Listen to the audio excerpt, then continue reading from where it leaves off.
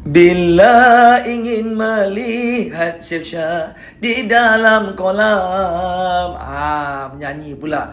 Okay guys, jom kita masak hari ni ayam garam asam. Okay, nak masak ayam garam asam ni, bahan utama yang perlu kita mesti kena ada adalah cekor. Ada yang bilang cekor, ada yang bilang kencur. Tapi kalau kencur tu biasanya saya panggil daun kencur. Tapi ada yang sebut cekor juga. Tapi tak kisahlah, yang penting harus ada cekor di dalam masakan ayam garam asam ini. Okey, kalau korang yang suka makan pedas, dalam masakan ini korang boleh taruhkan cili padi sikit. Tapi kalau korang tak kuat pedas, korang pakai cili merah sahaja. Bahan-bahan asas guys, seperti biasa yang korang nampak kat depan tu, kita ada bawang merah, bawang putih, halia, lengkuas, serai.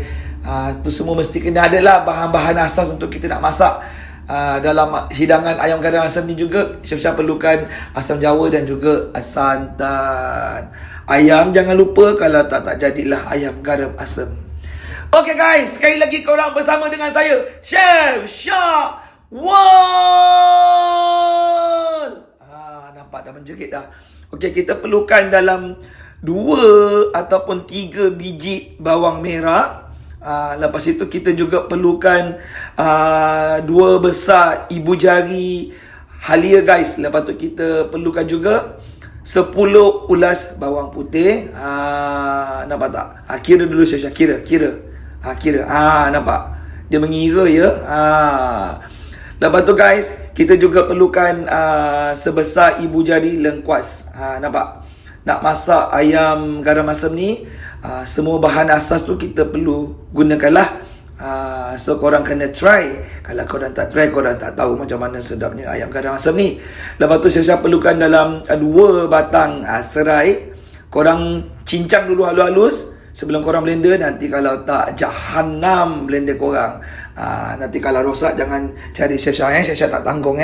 Lepas tu korang masukkan air, korang blenderkanlah sampai lumat. Okay, nampak?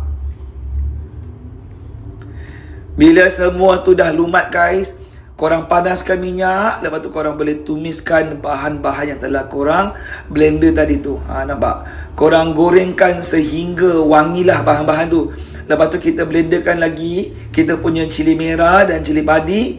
Dan terakhir sekali kita masukkanlah kencur ke cekor ke, tak kisahlah, janji bunyinya ada cekor-cekor. Niat ngingseng menangis marah.